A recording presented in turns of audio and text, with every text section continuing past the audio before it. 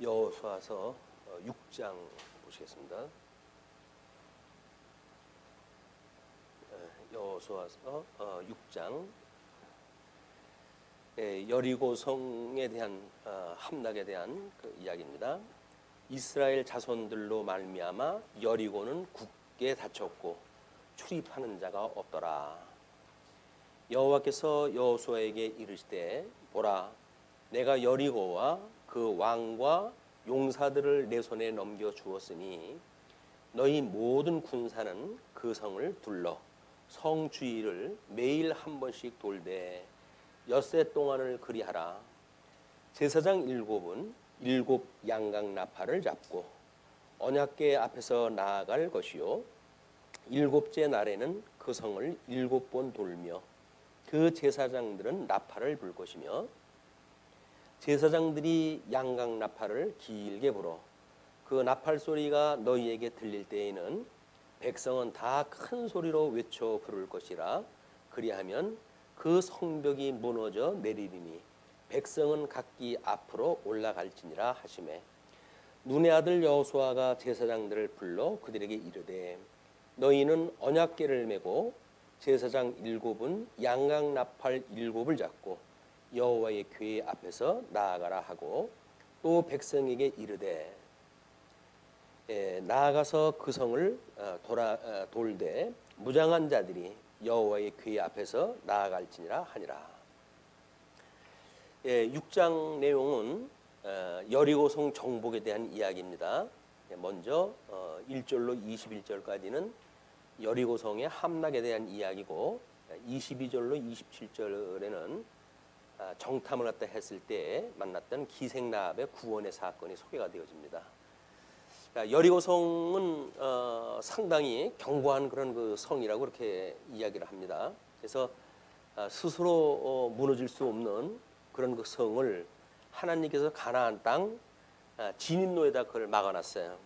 그러니까 우리가 하나님이 에덴 동산 동편에다가 이제 그룹들과 화영검으로 해가지고 그 길을 막아 놓으셨던 것처럼 이 가나안 땅 입구에는 여리고성으로 해가지고 이제 그 초입을 했다 막아 놓으신 거예요. 그 땅은 믿음으로밖에 들어갈 수 없는 땅인데, 그 땅을 여리고성이라고 하는 정말 쉽게 무너질 수 없는 그런 그 성을 만들어 놓으시고는 명령을 하시는데, 일단 그 자손들로 하여금 출입하는 자가 없을 정도로 그 두려운 마음을 그 백성들한테 주시고는 여호수아한테 하나님께서 이르시기를 보라, 내가 여리고와 그 왕과 용사들을 내 손에 넘겨 주었으니 이렇게 말씀을 하셔요. 근데 물론 이거는 열조와의 언약을 생각을 하게 되면 아브라함한테 주셨던 가나안 땅입니다. 가나안 땅이고, 그래서 하나님이 그 약속의 땅을 정복할 수 있도록 이미 약속되어진 땅이고, 그렇기 때문에 하나님께서는 지금 여호수아한테 그 방법을 좀 일러주시는 거예요. 그럼 여기는 아마 여리고성을 통해 가지고 목적과 방법이라고 하는 두 가지 측면의 이야기가 이제 소개가 되어질 겁니다. 그래서 하나님이 약속을 이루시기 위해서 이 땅 언약을 성취시키는 이런 그 섭리예요. 성취 섭리를 통해 가지고 하나님의 그 영광을 선포하는 일입니다. 이거는 하나님 영광 선포예요. 근데 방법적으로 해가지고는 지금 그 성을 돌라는 거야. 성을 돌라. 도저히 인간의 생각으로 해가지고는 허나마나한 그런 그 방법을 이야기를 하시는데, 이렇게 인간적인 방법으로 해가지고 불가능하게 생각한 이런 그 일들을 하나님께서 이것을 이루심으로, 그죠? 하나님께서 이루심으로 이 방법이 하나님의 그런 그 성취를 이루는 모든 거의 원리가 되지 않는다는 겁니다. 이 방법은. 그런데 하나님께서 그 언약을 이루시기 위해서는 가장 미련한 방법이에요. 가장 미련한 방법을 주셔가지고 그걸 도우려고 이렇게 이야기를 하셔요. 그래서 도저히 인간적인 생각과 인간적인 방법으로 해가지고 불가능한 그 일을 하나님께서는 이루심으로 해가지고 하나님 영광을 선포하시는 일이 하나님의 계시의 방법이에요. 늘 하나님이 역사를 섭리하시는 것은 이런 식으로 이야기를 합니다. 이걸 우리가 이제 가장 미련한 것, 이 미련한 것은 뭐 십자가의 도라고도 이렇게 이야기를 하죠. 십자가의 도. 예수님이 십자가에 못 박아 죽으셨다고 해가지고 어떻게 죽었던 자들이 살아나는가? 이런 그 원리는 가장 복음의 핵심인데도 불구하고 그랬다고 해가지고 어떻게 모든 사람들이 살아날 수가 있어? 이렇게 이제 의심이 가질 수밖에 없는 그런 방법이에요. 방법을 주셨는데 그 여호수아한테 이르시되 보라 내가 여리고와 그 왕과 용사들을 내 손에 넘겨 주었으니 이게 요즘 지금 그 이스라엘 주변에서 일어나는 이런 그 이야기로 하게 되면 도저히 그 용납할 수 없는 일입니다. 왜냐하면 화약고라고 그러잖아요. 화약고. 근데 그거를 이스라엘 백성들이 어느 날 지네 땅이라고 해가지고 2000년 동안 비어있던 나라를 그리고 들어왔어요. 그리고 차지하고 살더니 야금야금 땅 차지하더니 또 이제 예루살렘까지 자기네 그 수도로 삼겠다는 거거든요. 근데 거기에 또 가장 힘 세다고 하는 트럼프가 가표를 해서 손을 들어줬어요. 그래가지고 뭐 수많은 사람들이 피를 흘리고 이제 그런 일이 벌어졌는데 그런 그 인간적인 그런 그 방법, 이제 그 사람들은 성경에 하나님께서 주신 땅이라고 이야기를 하니까 그런 그 일들이 이제 있게 되어지는 거죠. 그런데 인간적인 입장에서 보게 되면 아니 합법적으로 합리적으로 그 땅에 차지하고 살던 사람들이 있는데 이제 가나안 땅도 마찬가지 아니에요? 7족속이 살고 있는데 하나님이 그 땅을 주셨다는 거예요. 이 용납이 안 되는 거죠. 이 인간의 입장에서 보게 되면 용납이 안 되는 거예요. 그런데 또 따지고 보게 되면 그 땅 주인이 하나님 아닙니까? 천지를 지으신 분이 하나님인데 하나님은 내 땅 내가 좋아하는 사람한테 주겠다는데 뭐 이유 있어요? 불만 있습니까? 없잖아요. 그러니까 그 은혜를 입는 사람들은 가표를 던질 수밖에 없어요. 하나님 앞에 영광을 돌리면서 와 우리의 이 하나님의 그 능력을 찬양하다 하고 그러죠. 근데 그렇지 않은 사람한테는 니네 신만 신이냐 우리 신도 신이냐 해가지고 돌멩이를 던지고 해서 투석전을 벌리고 난리가 이제 터지고 그러는데 이 하나님이 절대적인 주권, 절대 주권을 가지고 계신 하나님이라고 하는 관점으로 이 세계의 역사를 보질 않으면 이게 이해가 안 되는 거예요. 인간의 합리적인 생각으로 해가지고는 이게 이해가 안 되는 겁니다. 그러니까 하나님은 가장 미련한 방법으로 일을 하다 해가시는 거예요. 그 미련 아주 무모하기 짝이 없는 이런 방법으로 일을 하다 해가신다. 근데 우리는 뭐 김수환 추경도 그런 이야기를 했지만 나는 바보다 이렇게 해야죠. 바보. 영광을 떨지 않고 산다고 할지라도 하나님의 뜻이 이루어지기 때문에 그래 영광을 부여지지 않겠다는 거예요. 그냥 하나님께서 인도하신 대로 가겠다는 거예요. 이제 세상 사람들이 봤을 땐 바보죠. 바보. 저렇게 살아가지고 세상을 어떻게 살래나 이런 생각을 가잖아요. 믿음으로 사는 사람들은 바보같이 사는데 하나님께서 모든 걸 합력을 갖다 해가지고 이걸로 해가지고 하나님의 이 뜻, 이 하나님의 뜻이 뭐예요? 선하신 뜻 아니에요? 이게 선하신 뜻. 이 뜻을 이루어 가신단 말이에요. 그러니까 모든 걸 합력해가지고 선을 이루시는 분이기 때문에 그 하나님이 믿어지게 되면 뭐 인간의 어떤 그런 뭐 고도의 뭐 머리 쓰고 그럴 필요가 없이 그냥 하나님만 믿고 이렇게 가면 하나님의 선한 뜻을 이루어 가신대요. 그런데 우리는 갈등이 뭐냐면 우리 이제 세상에서 배웠던 인간적인 생각이 있잖아. 이제 이게 합리적인 생각이야. 합리적인 생각. 이 합리라고 하는 그 이야기는 이치에 합당하다는 이야기 아닙니까?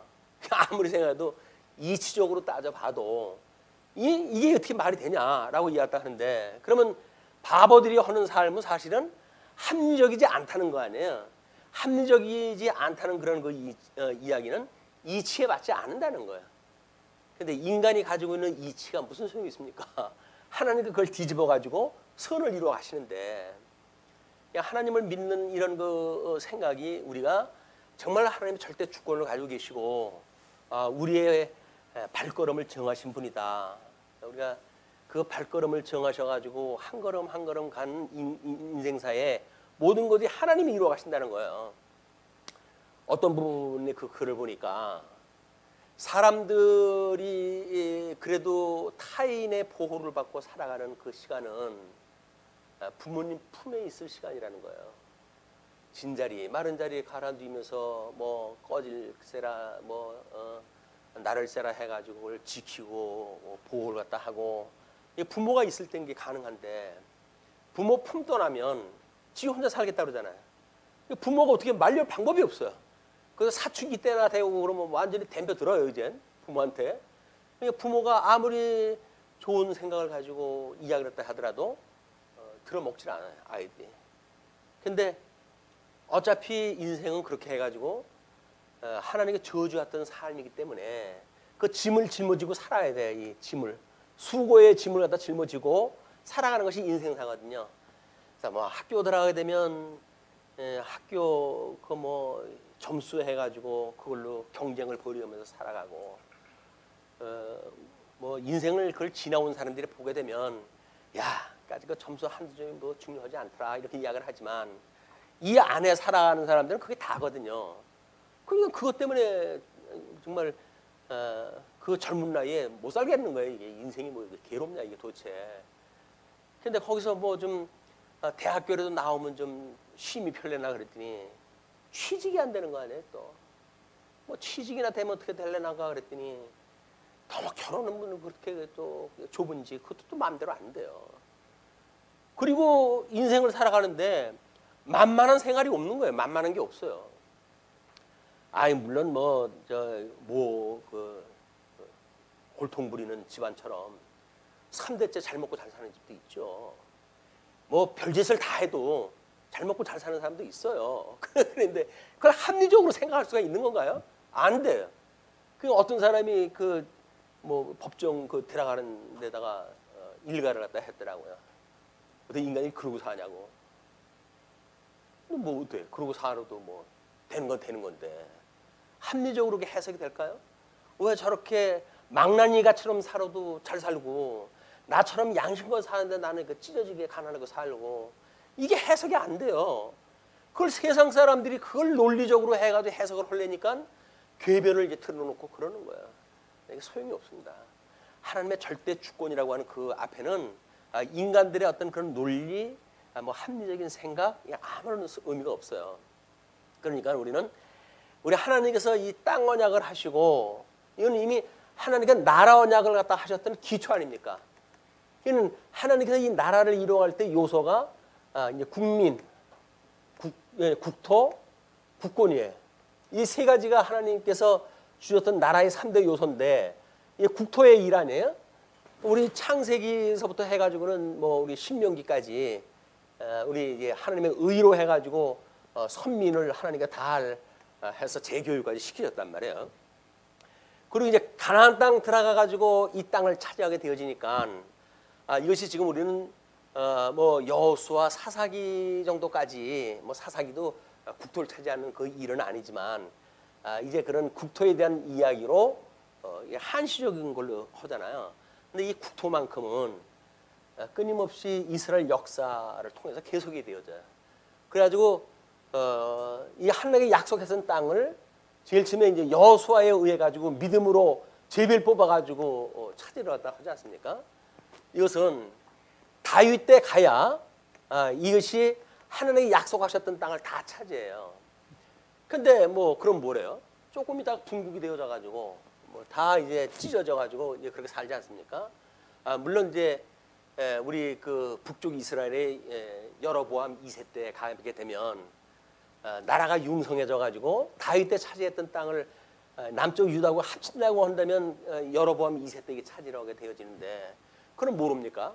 남쪽 유다하고 북쪽으로 갈라져 있는데, 이것이 아이러니하게도 북쪽 이제 이스라엘은 아수르에 의해서 멸망되어지고 남쪽 유다가 포로로 끌려가기 얼마 전에 요시야 임금 때 하는 이때의 땅덩어리를 다 차지하게 하셔요.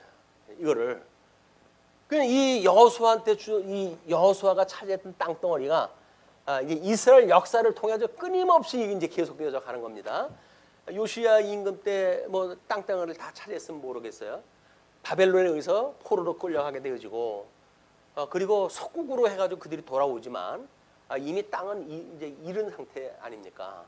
그래가지고 다니엘서의 그 예언대로 해가지고 이스라엘 백성들의 땅은 수없이 짐승 권세에 의해 침략을 당하고 나라를 잃은 백성으로 이들이 살아갈 수밖에 없잖아요. 이것이 하나님께서 마카비 왕조 때 가가지고 마카비 왕조 때 잃어버렸던 수전, 더럽혔던 수전을 성전을 수전케 하시고 이걸 수전절이라고 이제 요한복음에서 그렇게 나옵니다. 수전을 갖다 하게 하시고 그리고 이 마카비 왕족이 이제 하스몬 왕국을 이루게 되어지는데 이 하스몬 때 가게 되면 다윗이 차지했던 땅덩어리를 이 사람 다 차지해요. 그래서 명실상부하게 주권 국가로 해가지고 이 사람들이 이걸 임시로 이제 그걸 누리게 되어지는 거예요. 그리고 주권 국가가 가가지고는 이미 하스몬 왕국이 무너지고 그리고 이두메의 그런 그 세력이 들어와가지고 헤롯이라고 하는 자가 등장했다 해가지고는 이스라엘을 장악을 해요. 이제 이스라엘 왕으로 해가지고. 그런데 이 헤롯 때의 땅덩어리가 이 하스몬이 차지했던 그 땅덩어리를 다 차지했다. 그래놓고는 헤롯 이후에 이미 이제 예수 그리스도가 등장을 하시니까 예수 그리스도에 의해 가지고 이렇게 땅덩어리로 차지했던 그 모든 일들은 너희들이 예루살렘과 온 유대와 사마리아와 땅끝까지 이르러 나의 증인이 될 것이다 라고 이야기했다 해가지고 예수 그리스도를 전하는 복음, 이 복음의 증인들에 의해 가지고 땅이 정복되어져 가는 거예요. 신령한 땅으로 해가지고 이 신령한 땅으로 떨어져 가지고 지금 그래도 대한민국 우리 대한민국까지 와가지고 지구의 한 4분의 3은 지금 장악되어진 거 아닙니까? 이 복음의 증인으로 해가지고 이 땅을 차지하고 있는 겁니다. 전 세계적으로 해가지고 이 경우에 또 이제 예수님에 의해 가지고 이것이 성취가 되어졌음에도 불구하고 유대인들은 아직도 뭔가 이때로부터 해가지고 이 땅덩어리를 차지해서 자기네 살겠다는 거예요. 이것이 지금 유대의 그런 그 이야기고 이스라엘에 대한 이야기입니다. 이들에 의해 가지고 이제 주 70년에 성전이 무너져 가지고 이들이 모든 나라를 잃고 천지 사방을 흩어져 버리잖아요. 그래서 이때서부터 해가지고 이스라엘은 나라를 잃고 2000년 동안 유리방황하다 하게 되어지는 거예요. 대신 예수 그리스도를 믿는 기독교는 땅 끝까지 복음이 증거되는 역사가 이제 이루어지고 이 땅 언약이라고 하는 것이 우리가 여호수아를 공부하고 있지만 이 여호수아를 필두로 해가지고 이것이 헬라어로 하게 되면 예수의 예수. 그러니까 이렇게 이미 내다보고 하나님께서 이 섭리를 갖다 해가시는 일 아닙니까? 그게 우리는 여호수아에 의해 가지고 여리고성 함락하는 문제를 이야기를 하지만 이 이야기는 이미 예수 그리스도에 의해 가지고 이 에덴 동산에서 내쫓겼던 모든 사람들이 이제 이 복음을 증거해 가지고 천년왕국이 회복되어질 때까지 하나님의 땅을 전부 차지하게 하신다고 하는 이런 신령한 의미를 담고 있는 거란 말이에요. 그러니까 하나님께서 이 여리고성을 돌게 한다고 하는 이런 어떤 수단, 방법 이것이 기능적으로 이해했다 해가지고 지금도 뭐 땅 밟기라고 이렇게 땅 밟기,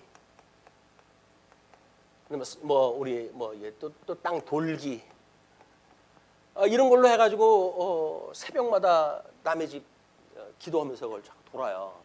우리 교회 질 거라고요. 근데 그렇게 되어지는 데가 있대요. 또 덜어 이게 되어지니까 또 그걸 믿겠죠. 그래놓고는 이렇게 언약이 이루어졌다고 이야기하다 하니까 지금 하나님께서는 이렇게 해가지고 육적인 나라의 모습과 신령한 그런 나라의 모습으로 해가지고 하나님의 영광과 능력을 지금 계시하는데 인간들은 거기에서 이렇게 해가지고 지네들 땅 차지하겠다고 이렇게 해가지고 하니까 얼마나 이게 아주 소견 좁은 일이겠어요. 이게 이런 그 문제가 전체를 볼 수 있는 시각이 없기 때문에 부분적인 성경을 보고 여호수아가 가나안 땅 들어가지고 여리고성 차지하는 거 보니까 하나님과 땅을 돌라고 그랬다라고 해가지고 방법만 끌어다가 쓰는 거예요. 그리고 뭐 이제 그런 구약적인 방법을 뭐 교회 연보내는 방식이나 또는 교회의 뭐 성도들을 끌어모으는 방법이라든가 이런 걸로 이용했다 하는 것이 소위 기독교의 성경 해석에 의한 실천신학이에요. 실천신학. 어떻게 우리가 실천을 갖다 해야지 말씀을 실천해가지고 교회가 부흥 발전할 것인가 그런 그 이야기거든요. 이건 철저하게 인간의 방법에 의해서 만들어지는 일들입니다. 그것이 아무리 뭐 하나님의 말씀을 끌어다 들여가지고 근거를 댄다고 하더라도 그 근거가 될 수가 없는 일들이죠. 우리 삶의 문제가 어떻게 여호수아를 통해 가지고 하나님께서 저 땅을 이루시는 걸 통해 가지고 실천신학적인 우리 삶의 문제로 이제 해석이 되어지는가? 물론 하나님의 절대 주권을 우리가 이제 믿게 되어지고 모든 것들이 하나님께서 선하신 뜻대로 되어진다고 하는 걸 믿게 되어지고 뿐만 아니라 이 삶이라고 하는 거는 이게 지어져가는 성전 아닙니까? 여기에 이 하나님께서 약속하신 땅에는 그 중심에 성전이 있을 때 가능한 일이에요. 우리들의 이 지어져가는 성전으로서의 성도의 삶이라고 한다면 마땅히 이 삶이 하나님의 거룩하심을 이루어가시는 예수 그리스도 장성한 믿음을 그 분량에 이르게 되어지는 걸 배우게 되어지는 과정이다 이게. 그러니까 이걸 가지고 끊임없이 성도들이 하나님의 그런 우리 전 영역에 이걸 하나님의 성전으로 지어져 가도록 장악할 수 있는 이게 나를 통치할 수 있는 그런 영역이 됐으면 좋겠습니다. 라고 하는 것이 돼야 되는데 그러면 예수 그때 절대적인 주권 앞에 우리는 온몸을 바치는 거 아니에요. 마음도 뜻도 생각도 모든 걸 바치게 되어진단 말이에요. 그런데 우리는 이런 걸 그냥 기능적으로 이용하는 데는 쓰지만 우리 지어져가는 성전으로서의 성도의 거룩성 이런 것들은 별로 관심이 없다는 거예요. 이게 타락한 인간이 가지고 있는 안타까움입니다. 그래서 하나님께서 우리를 이렇게 에덴 동산에서 내쫓아가지고 이렇게 섭리해 가시는 일은 궁극적으로 이런 그 과정에 있지만 우리 예수 그리스도의 재림, 이 재림을 통해 가지고 우리 하나님께서 온전하신 이 약속을 이루심으로 새 하늘과 새 땅이 이제 오게 되어 가지고 여기서 이야기하는 모든 땅 예수님께서 이루었던 이 땅까지도 이것이 우리 신천 신지에 대한 이야기예요. 신천 신지. 이거를 요렇게 해가지고 신천지가 지낼 거라는 참 간땡이도 커요. 이 성경 전체의 흐름이 어떤지도 포기를 하고 요한계시록에 뭐 14만 4천에 들어가야 된다고 이야기를 또 하면서 그래가지고 그 사람들만 신천지를 누리고 산다는 그런 이상한 궤변을 이야기해가지고 온 기독교를 지금 힘들게 만드는 거예요. 근데 그 사람들이 우리하고 똑같이 판서를 갖다 해요. 또 그 사람들은 짝짓기라고 해가지고 성경을 언약과 성취라고 또 봐요. 그럼 우리들하고 흉내를 내는데 거의 흡사해요. 그러니까는 이 신천지의 세력이나 정말 판서를 통해 가지고 하나님의 말씀이 무엇인가를 상고하는 우리들이나 이 양태를 보게 되면 비스무리해요. 그리스도하고 적그리스도가 비스무리한 것처럼 신천지도 우리처럼 비스무리하게 이게 가고 있다. 그렇기 때문에 내용으로 차별화가 되지 않으면 우리는 이렇게 외형상인 걸로 봐가지고 뭐 우리하고 다른 거 없네 이렇게 덤벼들지 몰라요. 그래서 정말 우리가 성경 이 진리를 확실하게 공부를 해놔야 뭐 이만희가 자기가 이긴 자라고 이야기했다 하는데 이긴 자라고 나오는 게 없어요. 이기는 자지, 이기는 자. 근데 자기는 이미 이긴 자가 돼야 무슨 교주 노릇을 해먹으니까 이긴 자라고 이야기를 하죠. 우리 그 이기는 자가 구약 성경에 남은 자에 대한 그런 모형의 성취로서의 모습으로 있기 때문에 그 신천지의 어떤 논리도 여기 와가지고 이야기할 수가 없어요. 저 창세기서부터 해가지고 지네들 꼽아놓는 것들이 있어요. 몇 가지. 그렇게 하는 건데 우리가 그래서 성경을 공부해야 된다. 우리가 예수님을 믿는다고 했을 때는 십자가의 도만 믿으면 충분해요. 예수님이 나의 대속주입니다. 이것만 믿으면 충분한데 이걸 확장을 시켜가지고 해놔야 비진리에 의한 공격을 우리가 막고 우리 안에 있는 성도들을 진리 안에서 지켜낼 수가 있기 때문에 우리가 이 공부를 갖다 해야 되는 겁니다. 빈익빈 부일지라도 하나님의 말씀이 깨달아지는 자들은 더욱 열심히 공부를 갖다 해가지고 그렇지 아니한 자들의 어떤 보호를 갖다 우리가 해야 될 책무가 있는 거죠. 그게 연보의 원리에 또 우리 하나님의 도를 더 많이 깨달은 자는 그걸 가지고 이런 미혹하는 자들이 공격했을 때 우리가 어떤 양무리를 지켜내는 일, 이것이 주님의 몸된 교회의 권징에 대한 이야기입니다. 권하고 징계하고 그래서 바른 길로 인도해가는 이런 그 원리다. 자, 그러면 이제 이런 어떤 원리를 놓고 이 여호수아한테 주님께서 하신 걸 보게 되면 너희 모든 군사는 그 성을 둘러 성 주위를 매일 한 번씩 돌되 뭐 돌만 할지도 몰라요. 한 바퀴 도니까 엿새 동안은 그리하라. 제사장 7은 7 양각 나팔을 불고 7이라고 하는 건 완전수예요. 완전수. 7 나팔. 여기서 7 나팔 아니에요? 그러니까 요한계시록의 그 7 나팔도 결국은 온전한 하나님의 명령에 따른 그 나팔이에요. 그렇기 때문에 그 7 나팔의 이 7째 번의 이는 모든 그동안의 나팔에 대한 것을 완전히 이루게 되어지는 실체적인 것이 여기 이제 7째 나팔의 문제예요. 예수 그리스도의 출현서부터 교회의 환란 이런 그 현재 당하고 있는 이것이 이제 5은 망하였고 현재 있는 로마 제국에 의해서 너희들이 핍박을 받고 있는 거야. 너희들의 핍박의 그 정체성이 뭔지를 알지? 이런 걸 일러줌으로 해가지고 나중에 내가 잠시 올 이제 아직은 이르지 아니했던 그 짐승이 있는데 그 바벨론을 내가 다 멸하고 너희들에게 원수를 다 갚고 새하늘과 새 땅을 너희들한테 줄 거야. 그러니까 이기는 자가 참석할 수 있으니까 너희들은 인내하거라. 참고 현재 환란을 이겨내야 돼. 라고 격려를 갖다 하는 거야. 너희들은 내가 너희들하고 대신 싸우니까 너희들은 딴 생각하지 말고 나만 믿고 따라와. 그 이야기야. 나만 믿고 따라와.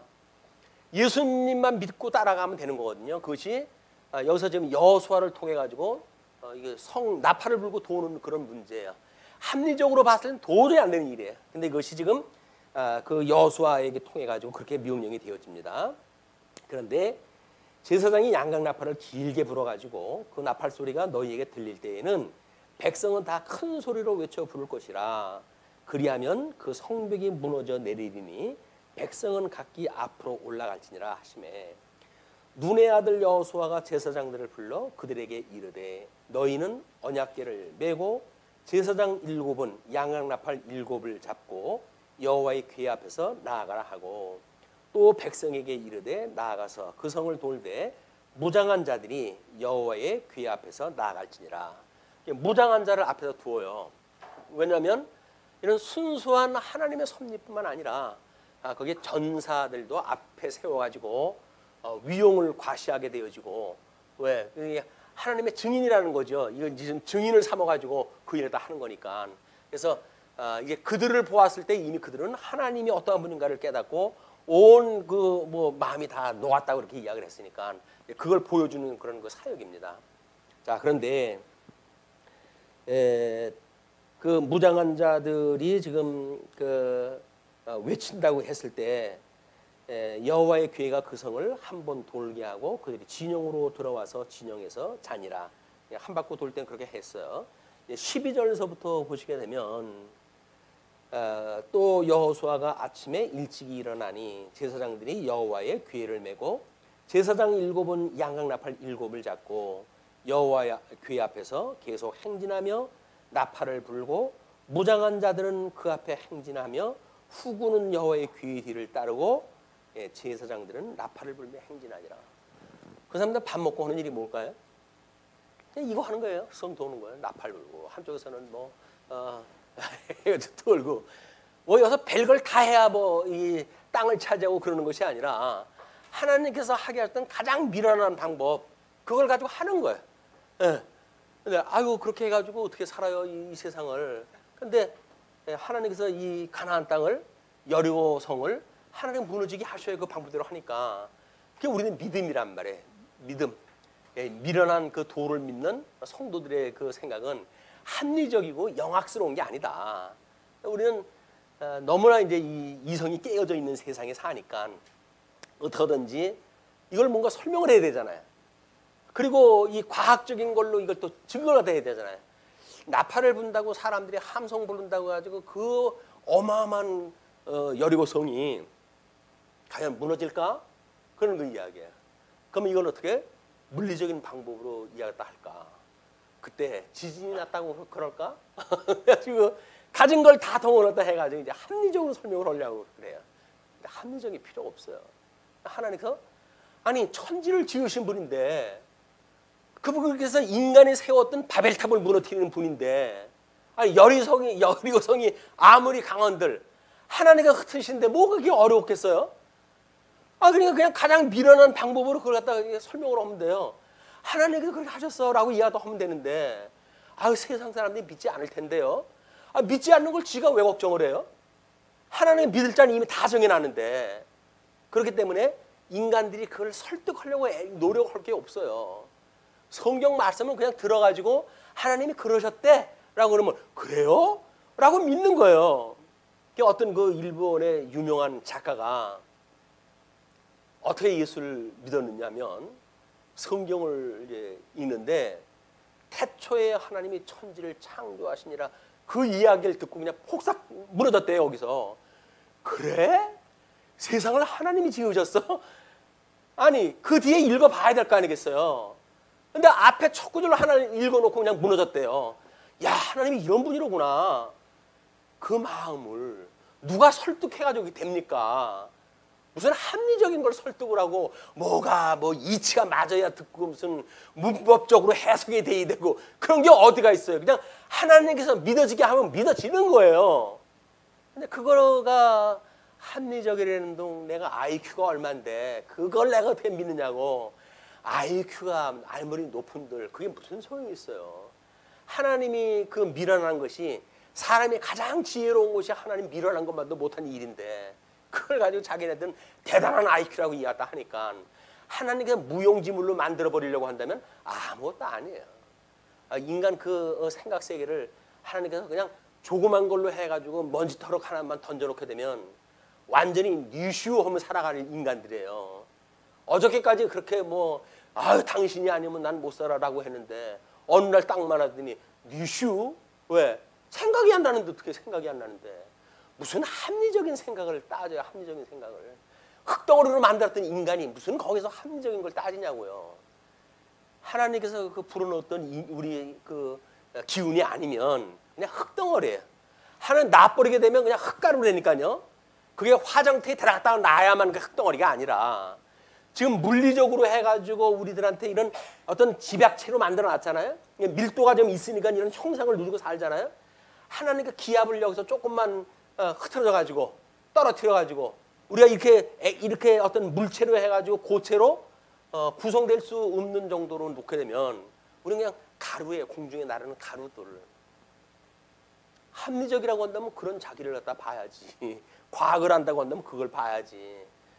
그런데 하나님이 마치 자기 머리 정도 수준으로 알고 있으니까 하나님을 경외의 대상으로 섬기는 게 아니라 자기하고 흥정거리로 이야기를 하는 거예요. 나 이렇게 믿으려고 그러는데 이렇게 하지 믿겠어요? 저한테 좀 합리적으로 설명을 해주셔야 될 거 아닙니까? 하나님한테 덤벼드니까. 하나님의 설명을 어떻게 하십니까? 하나님 사랑하시는 방법도 하나님이 도대체 우리를 사랑하신다는 게 이거예요? 라고 물어볼 때 그래 내가 에서는 미워하고 야곱은 사랑을 했잖아. 그 하나님 사랑 방법을 설명을 한 거예요. 근데 이 말길 못 알아들어. 그러면서도 자기가 똑똑하다는 거예요. 말길 못 알아들으면서도. 이것이 타락한 인간의 본성이다.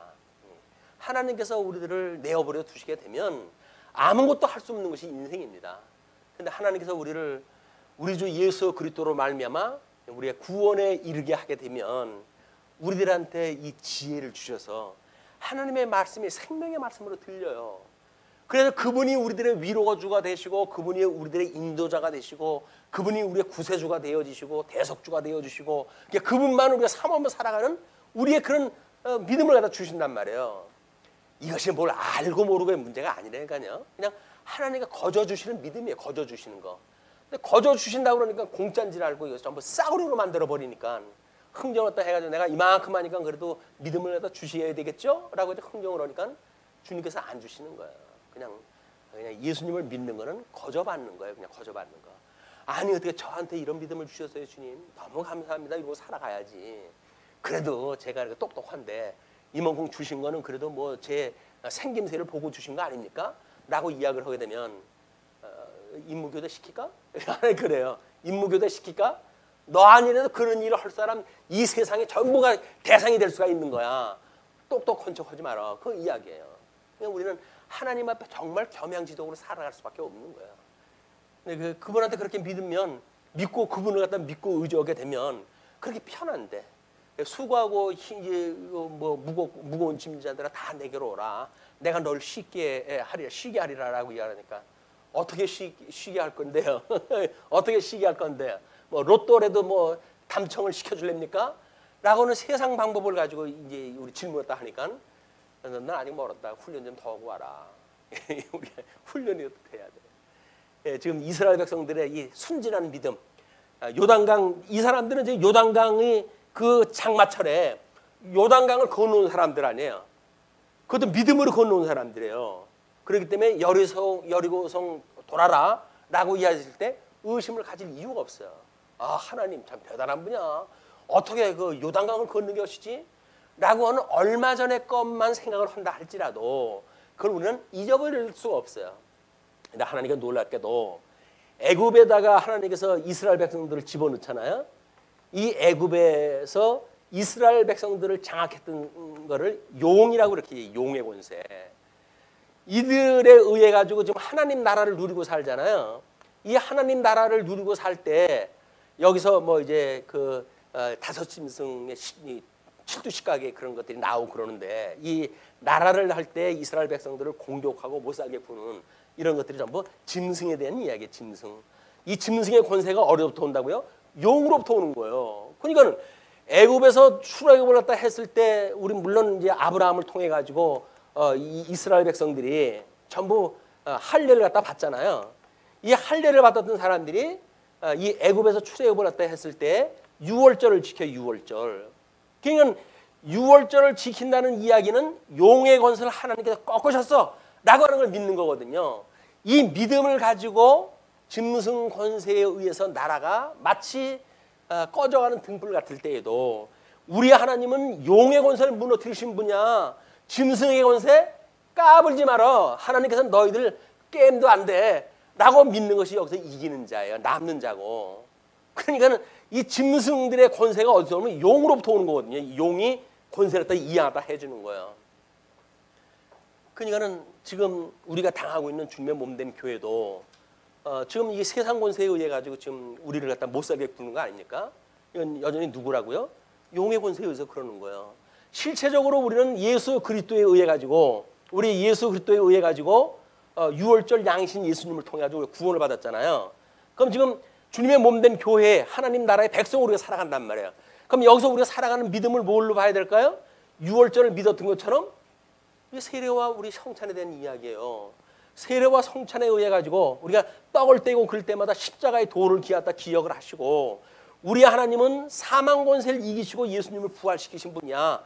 그분을 믿는 난데 주님의 몸된 교회 주님께서 지키고 음부의 권세가 무너뜨리지 못하는 교회 세우고도 남지라고 믿는 거란 말이에요. 그러니까 이건 주님께서 주님의 몸된 교회를 세워간다고 그래야지 무슨 인문학적인 어떤 설교를 갖다 해야 뭐 성도들이 뭐 많이 모인다나 어쩐다나 뭐 어떻게 또 뭐 기술적으로 강론을 갖다 해야 연보를 많이 낸다나 어쩐다나 라고 하는 이런 궁상들의 이야기는 전혀 성경적인 게 아니에요. 근본적으로 예수 그리스도에 의해서 주님의 몸된 교회가 세워진 거예요. 이 머리가 되신 분께서 그의 몸을 좀 직접 통치를 갖다 해가시는 분이니까 이런 원리가 땅 언약에 대한 이야기도 국권에 대한 언약의 이야기도 전부 이게 이렇게 진행이 되어지는 거예요. 이 모든 내용이 이제 요한계시록에 가가지고 쥐교를 맡게 되어지는 겁니다. 이런 것이 이게 뭐 지금 요한계시록 준비하려고 계속 지금 사전 이야기했다 하는 거예요. 정보를 조금씩 드리는 거예요. 왜냐면 요한계시록 가지고 가게 되면 무슨 얘기인지 황망스럽거든요. 그러니까 요한계시록은 모든 성경의 저수지라고 그렇게 이야기를 해요. 창세기로부터 신약 성경의 모든 것들이 거기가 아주 기교를 맺기 때문에 그렇습니다. 총 우리 창세기가 출발점이라고 한다면 알파와 오메가 되시는 분, 시작과 마지막이 되시는 분, 처음이요 마지막이 되시는 분, 그분이 영원하신 하나님이니까 그분께서 해가시는 결론이 요한계시록에서 맺어지기 때문에 그래요. 그러니까 이렇게 지금 그냥 어디를 공부하더라도 이런 배경의 원리적인 걸 까는 이유는 성경 전체를 통해 가지고 좀 이 우리 창조하셨던 새하늘과 새 땅이 저주를 받아 가지고 이제 이렇게 모든 그런 피조물이라도 회복의 날을 사모하는데 우리 이제 예수님이 재림을 갖다 하셨을 때 어떻게 새하늘과 새 땅으로 해가지고 그것이 이루어지는지 전성이 그걸 지금 이야기를 하고 있다. 우리의 삶 지금은 뭐 잠시 우리가 힘들고 어려울 수도 있어요. 물론 배고프면 힘들죠. 그리고 뭐 창피를 당하게 되면 좋을 사람이 누가 있겠어요. 그러나 주님께서 나를 인정하신다고 한다면, 주님께서 나를 인정해 주신다고 한다면 그걸로 충분히 만회되어지는 거 아닙니까? 세상 사람들한테는 우리가 웃음거리가 된다고 할지라도 주님께서 인정해 주신다고 한다면 그걸로 우리는 족할 수가 있는 거 아니에요. 그런 분을 우리가 믿는다고 생각이 들어야 세상의 것들한테 대하여 우리가 미혹을 당하지 않는 거예요. 그리고 업신여길 받지 않는 거예요. 그것이 세상이 감당할 수 없는 믿음이라고 이야기하는 겁니다. 이 믿음이 우리한테 주시면 얼마나 좋겠어요. 저희한테 그 궁극적인 믿음을 가지고 정말 이렇게 그냥 성을 아무런 의심 없이 돌 수 있는 믿음을 가지고 살면 얼마나 좋겠어요. 그런 그 믿음이 또 뭐 자기네들 제주거리로 해가지고 이런 그 사람들하고는 다르게 우리가 하나님의 절대 주권을 믿고 하나님이 나의 발걸음을 정하셨다.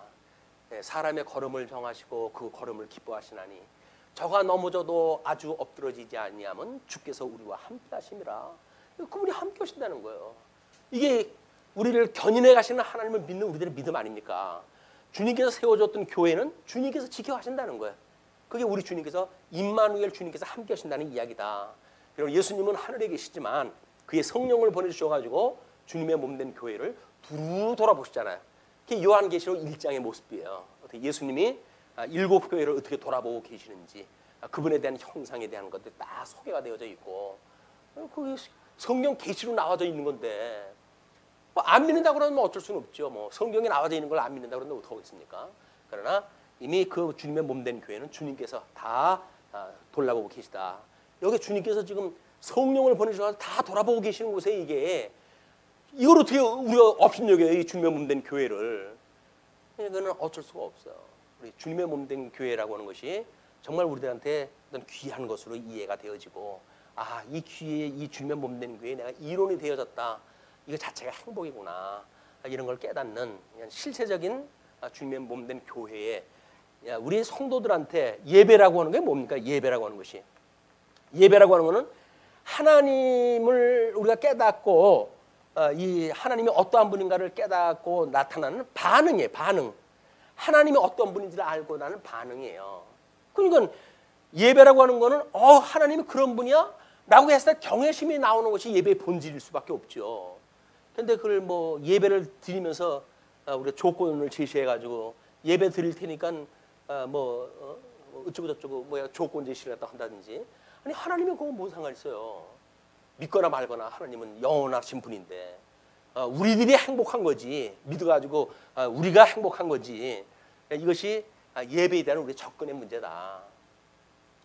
주님의 몸된 교회의 예배라고 하는 것도 마찬가지고 신령한 예배도 마찬가지예요. 영적 예배도 하나님을 깨닫는 것만큼의 반응에 나타나는 겁니다. 하나님이 우리들을 인도하시는 분이라고 믿어진다면 그분은 우리가 따라가겠죠. 그분의 발걸음을 따라가겠죠.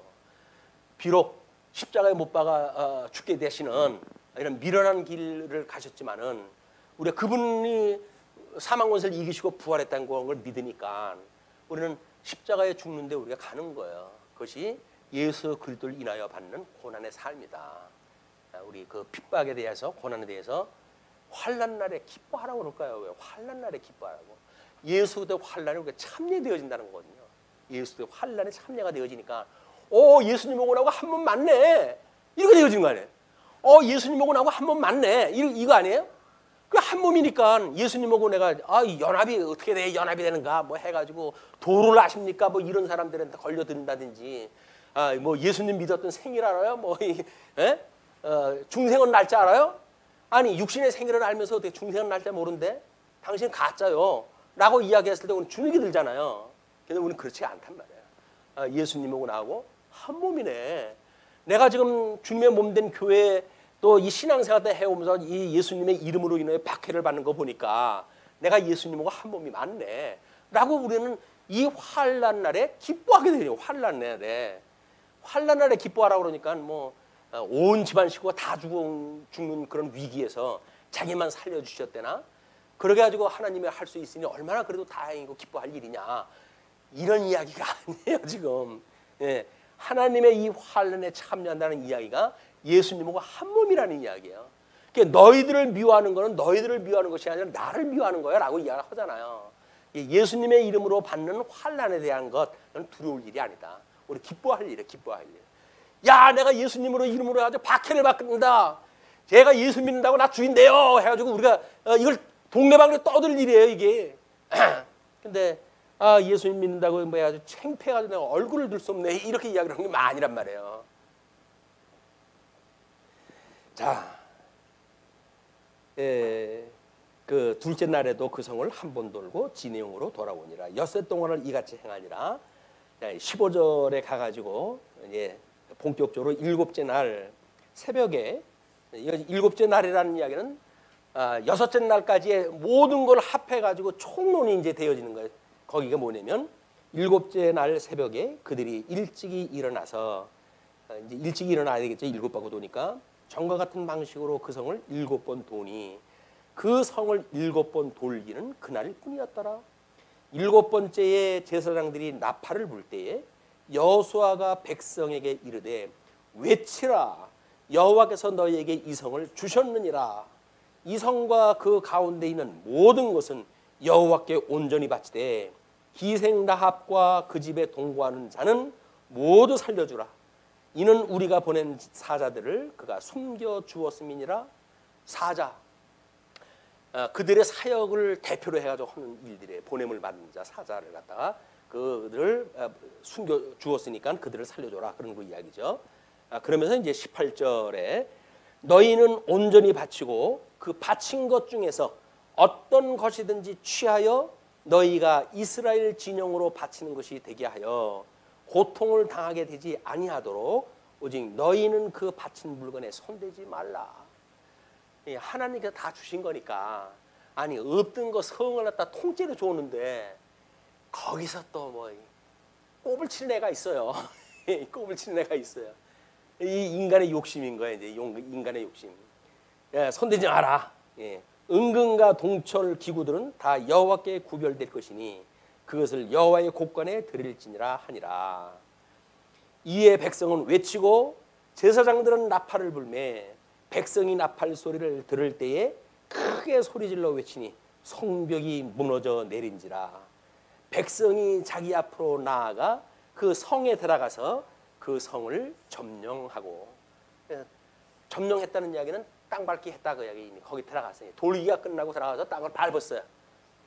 우리 전쟁이 요즘 뭐 과학전이니 뭐 이런 걸 한다고 할지라도 최종적인 승리는 보병이 깃발을 갖다가 거기다 꼽아야 돼요.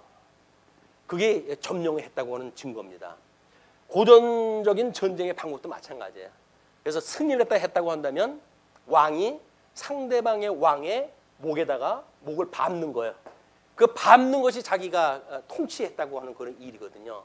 그래서 이들은 전쟁이 하게 되면 그들의 성전을 다 무너뜨리고 그 위에다가 자기네들 성전을 세워요.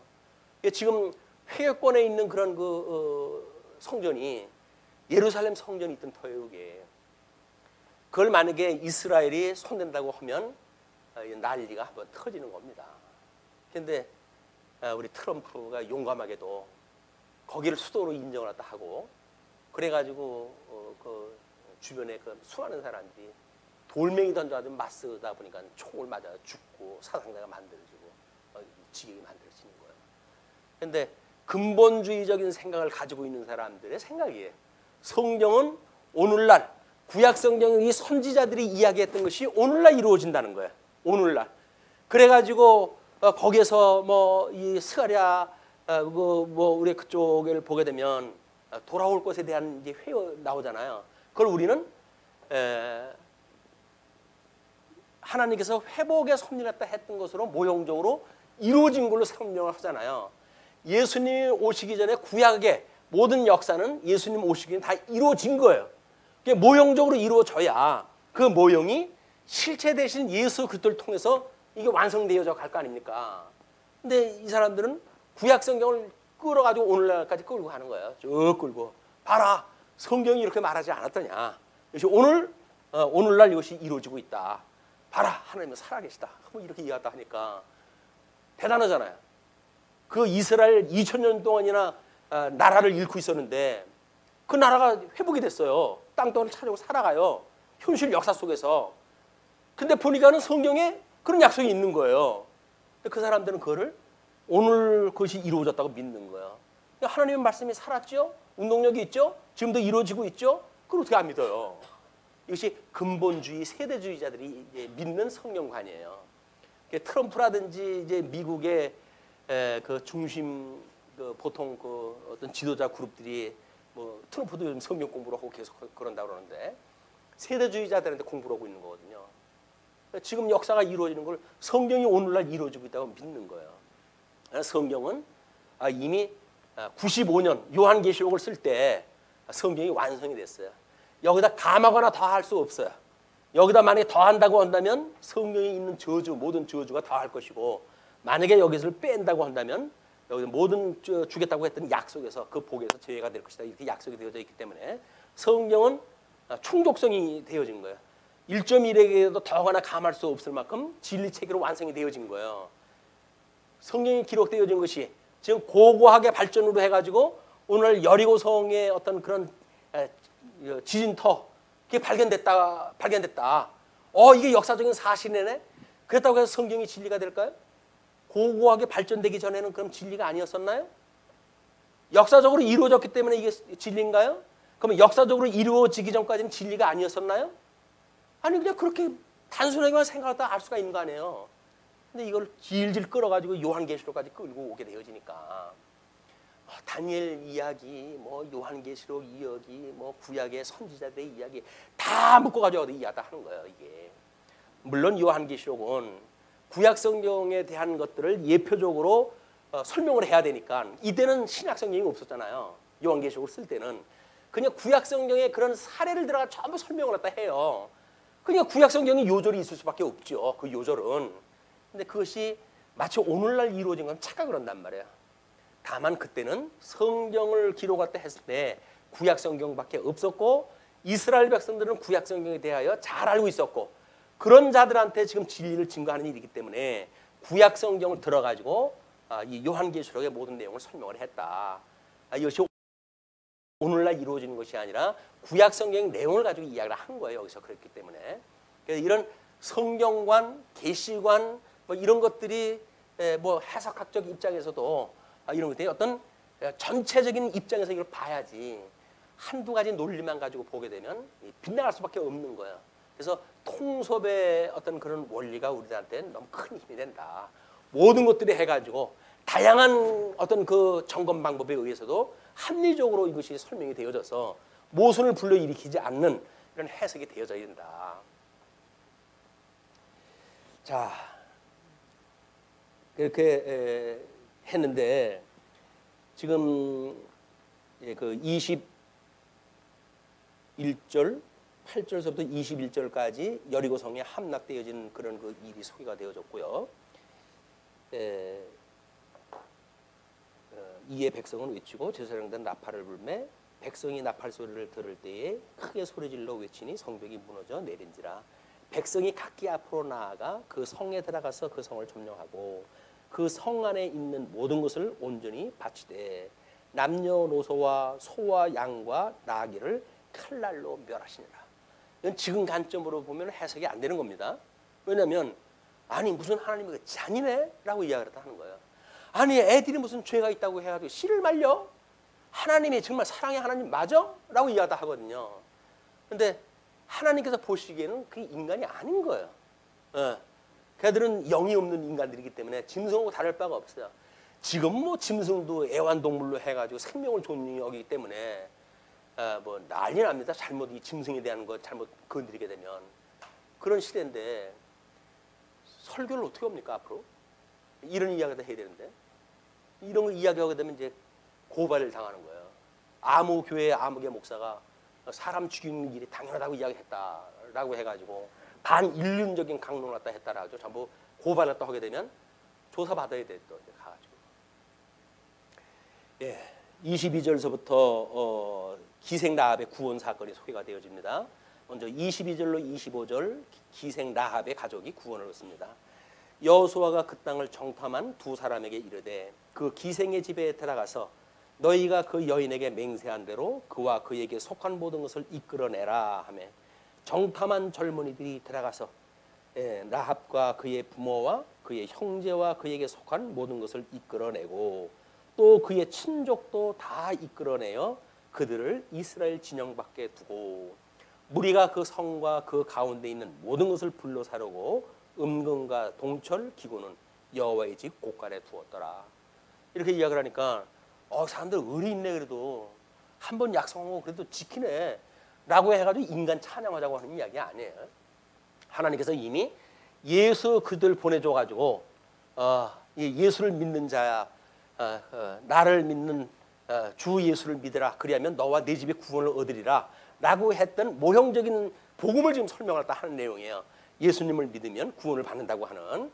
그렇게 해가지고 이제 그 설명이 되어지고 그 25절로 26절, 25절 여호수아가 기생 라합과 그의 아버지의 가족과 그에게 속한 모든 것을 살렸으므로 그가 오늘까지 이스라엘 중에 거주하였으니 이는 여호수아가 여리고를 정탐하려고 보낸 사자들을 숨겼음이었더라.